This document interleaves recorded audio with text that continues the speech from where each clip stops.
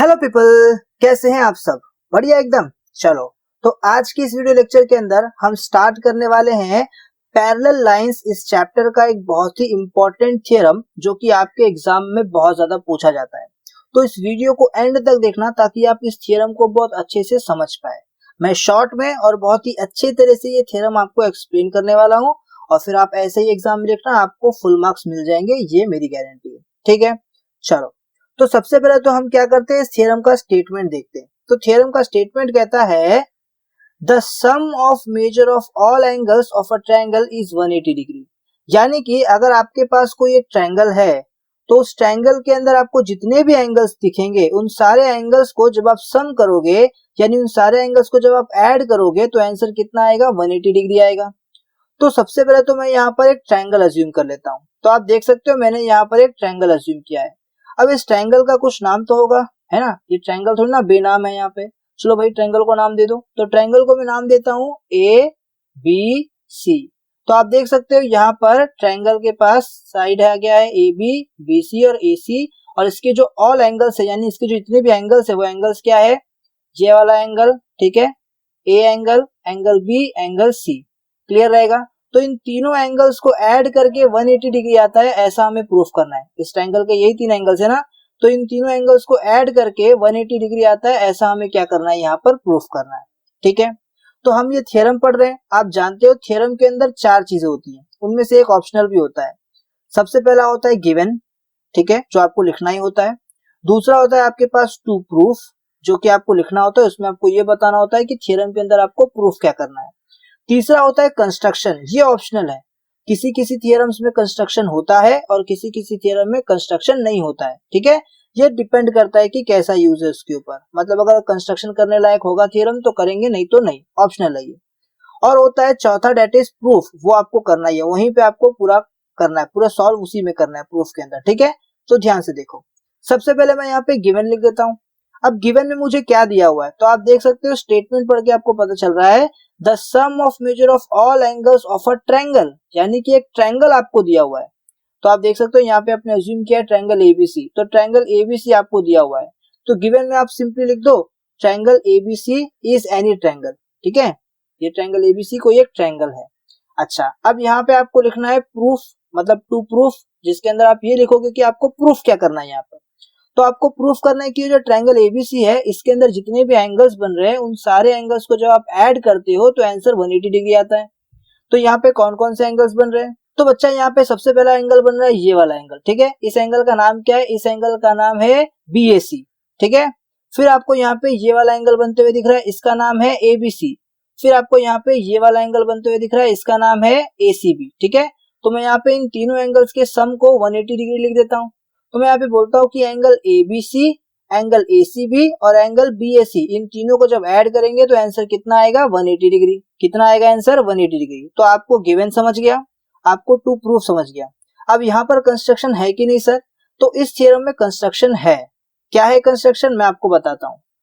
तो यहाँ पर आपको कंस्ट्रक्ट करना है एक पैरेलल लाइन, जो कि किसके पैरेलल है? बीसी के पैरेलल है। मतलब आपको एक अलग से लाइन ड्रॉ करना है जो कि बीसी के पैरेलल है, और वो लाइन पास होना चाहिए पॉइंट ए से।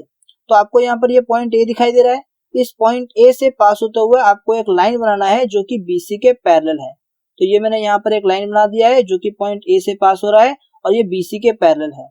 पैरेलल लाइंस का मतलब तो आपको पता ही होगा, ये वाला लाइन और ये जो बीसी लाइन है इसके बीच का जो हाइट है ये हमेशा क्या होना चाहिए? सेम होना चाहिए। तो हम बोल सकते हैं कि ये दोनों के दोनों लाइंस क्या है? पैरेलल है। ओके, अब देखो जरा यहाँ पर क्या दिया हुआ है, ऑन अ लाइन, ये जो आपने लाइन बनाया ना, इस लाइन के ऊपर take point P and Q such that P dash A dash Q। ठीक है, आपको क्या करना है, इस लाइन के ऊपर ना दो पॉइंट अज्यूम करना है, पहला पॉइंट P और दूसरा पॉइंट Q, और कुछ इस तरह अज्यूम करना है कि P dash A dash Q होना चाहिए, यानी कि P A Q ये तीनों पॉइंट जो है ये कोलिनियर होने चाहिए, एक स्ट्रेट लाइन में आ रहे हैं, ऐसे होने चाहिए। तो आपने ये बना दिया यहाँ पर ऐसा, बढ़िया एकदम, यहाँ तक ठीक है।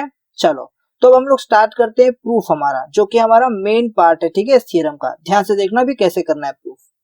तो सबसे पहली बात, आपने अभी तक अल्टरनेट एंगल्स पढ़ा हुआ है, तो देखो उसका यूज करना है आपको यहाँ पर। ठीक है, ध्यान से देखो, क्या मैं यहाँ पर ऐसा बोल सकता हूँ कि जो मेरा लाइन PQ है ये पैरेलल है BC के। ध्यान से देखो, ये जो लाइन PQ आपको दिखाई दे रहा है, क्या ये लाइन PQ इस BC साइड के पैरेलल है? यस सर, कंस्ट्रक्शन में यही तो हमने लिखा ना कि PQ जो है वो BC के पैरेलल है।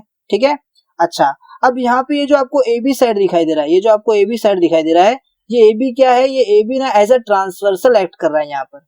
तो मैं बोल सकता हूँ line PQ is parallel to BC and seg AB is a transversal. अब अगर सेग AB आपका ट्रांसवर्सल है तो क्या मैं यहाँ पर बोल सकता हूँ कि जो ये वाला एंगल है, ये वाला जो एंगल है डेट इज PAB, और जो ये वाला एंगल है, ये वाला एंगल डेट इज ABC, ये दोनों एक दूसरे के इक्वल है बाय अल्टरनेटिंग एंगल। हाँ जी, मैं बोल सकता हूँ यहाँ पे कि आपका जो एंगल ABC है, ये जो आपका एंगल ABC है, ये वाला जो एंगल है ये इक्वल होगा एंगल PAB के। एंगल PAB के है ना, ये दोनों एंगल एक दूसरे के इक्वल होंगे। ये दो पर्पल वाले जो आपको एंगल दिख रहे हैं ये दोनों एक दूसरे के इक्वल होंगे बाय अल्टरनेट एंगल्स। बोल सकता हूँ यस सर। तो इसको मैं देता हूँ नंबर 1। बोलो इतना क्लियर? अच्छा, अब सेम इसी तरह से क्या मैं बोल सकता हूँ कि जो लाइन PQ है वो पैरेलल है BC के? हाँ सर, अभी तो वही बोला आपने, वापस वही चीज बोल रहे हो। PQ जो है वो लाइन BC के पैरेलल है, बट ध्यान से सुनो, यहाँ पर मैं ट्रांसवर्सल AB के जगह इस बार AC को अज्यूम कर रहा हूँ। यस कर सकता हूँ, AC क्या है, ट्रांसवर्सल की तरह यहाँ पर एक्ट कर रहा है। ठीक है, तो जो काम मैंने AB को ट्रांसवर्सल बना के किया था वैसा ही काम मैं AC को ट्रांसवर्सल बना के कर रहा हूँ। मैं यहाँ पर क्या करूंगा, मैं यहाँ पे इस एंगल को, ये जो आपको यहाँ पे ग्रीन वाला एंगल दिख रहा है एंगल ACB, हाँ, इस वाले एंगल को और इस वाले एंगल को, ये जो आपको एंगल दिख रहा है यहाँ पे एंगल AQC, हाँ, इन दोनों एंगल्स को क्या बताऊंगा, इक्वल बताऊंगा। क्या बताऊंगा, इन दोनों एंगल्स को इक्वल बताऊंगा। कैसे? Same alternate angles. तो मैं यहाँ पर बोलता हूँ कि अगर लाइन PQ जो है वो पैरेलल है लाइन BC के और सेग AC आपका क्या है, ट्रांसवर्सल है, तो यहाँ पर जो मेरा एंगल ACB है, यानी कि ये वाला एंगल जो है ACB एंगल जो है ये इक्वल हो जाएगा QAC एंगल के। किसके इक्वल हो जाएगा? QAC एंगल के इक्वल हो जाएगा। रीजन होगा वही अल्टरनेट एंगल, और इसको दे दूंगा नंबर 2। तो नंबर 1 में हमको पता चला कि एंगल ABC जो है वो एंगल PAB के इक्वल है। नंबर 2 में हमको पता चला कि एंगल ACB जो है वो एंगल QAC के इक्वल है। अब मैं क्या करूंगा ना, अब मैं इन दोनों को ऐड कर दूंगा। अब मैं क्या करूंगा, मैं इन दोनों को ऐड कर दूंगा। ये इक्वेशन 1 और इक्वेशन 2 दोनों को क्या कर दूंगा, ऐड कर दूंगा। तो अब मैं यहाँ पे लिखता हूँ एडिंग 1 एंड 2। तो मैं दोनों को ऐड कर रहा हूँ। तो ऐड कैसे किया जाता है आपको पता है? आपको क्या करना है, ये जो आपको लेफ्ट साइड वाला दिख रहा है, इस लेफ्ट साइड वाले एंगल ABC को इस इक्वेशन के लेफ्ट साइड वाले एंगल ACB से ऐड करना है, और 1 में जो आपको राइट साइड में एंगल PAB दिख रहा है इसको आपको सेकंड वाले इक्वेशन के राइट साइड में जो एंगल QAC दिख रहा है इसके साथ ऐड करना है। यानी कि ABC को ACB के साथ ऐड करेंगे और एंगल PAB को एंगल QAC के साथ ऐड करेंगे। इतना क्लियर है? तो अब मैं यहाँ पर ऐड करता हूँ तो कुछ इस तरह का दिखेगा। एंगल ABC जो है उसको मैं एंगल ACB के साथ ऐड कर रहा हूँ, और एंगल PAB जो है इसको मैं एंगल QAC के साथ ऐड कर रहा हूँ। इतना क्लियर? पक्का? अच्छा, अब जरा ध्यान से सुनना। सबसे पहले तो मैं इसको नंबर 3 दे देता हूँ क्योंकि इसका मुझे आगे यूज होने वाला है। ठीक है, ध्यान से देखो। अब मैं ये बोलता हूँ कि ये जो मेरा इक्वेशन 3 है, इस इक्वेशन 3 के अंदर मैं एंगल BAC को क्या करने जा रहा हूँ, ऐड करने जा रहा हूँ। ध्यान से सुनो, मैं इस इक्वेशन 3 के दोनों साइड एंगल BAC को ऐड करने जा रहा हूँ। ठीक है, तो मैं क्या करता हूँ, मैं दोनों तरफ एंगल BAC को ऐड करता हूँ। Adding angle BAC to both side in equation 3। तो इससे होगा क्या, इससे होगा ये कि आप angle ABC plus angle ACB है ना, इसके साथ साथ यहाँ पे एंगल BAC लिख दोगे। सेम उसी तरह angle PAB plus angle QAC है ना, तो उसके साथ साथ आगे एंगल BAC लिख दोगे। ठीक है, तो आपने एंगल BAC को लेफ्ट हैंड साइड भी ऐड किया, आपने एंगल BAC को राइट हैंड साइड भी ऐड किया।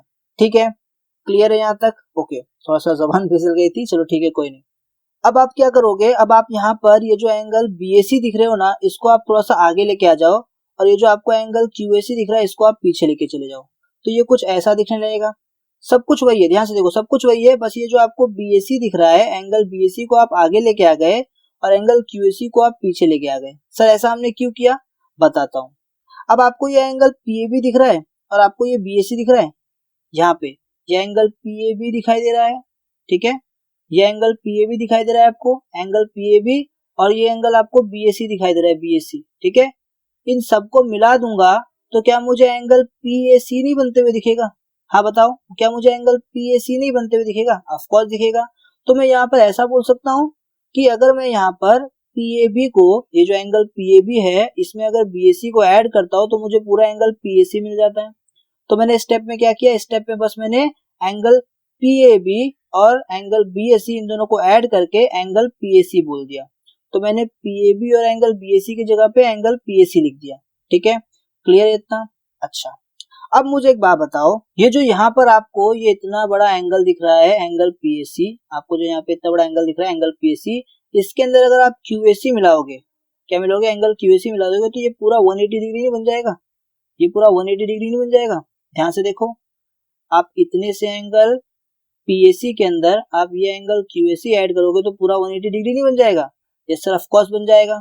तो मैं यहाँ पर यही लिखने जा रहा हूँ, मैं यहाँ पे ये एंगल PAC और एंगल QAC इन दोनों को ऐड करके डायरेक्टली आंसर 180 डिग्री लिख दूंगा, क्योंकि एंगल PAC और एंगल QAC ये दोनों के दोनों क्या है, लीनियर पैर एंगल्स है। क्या है, लीनियर पैर एंगल्स है।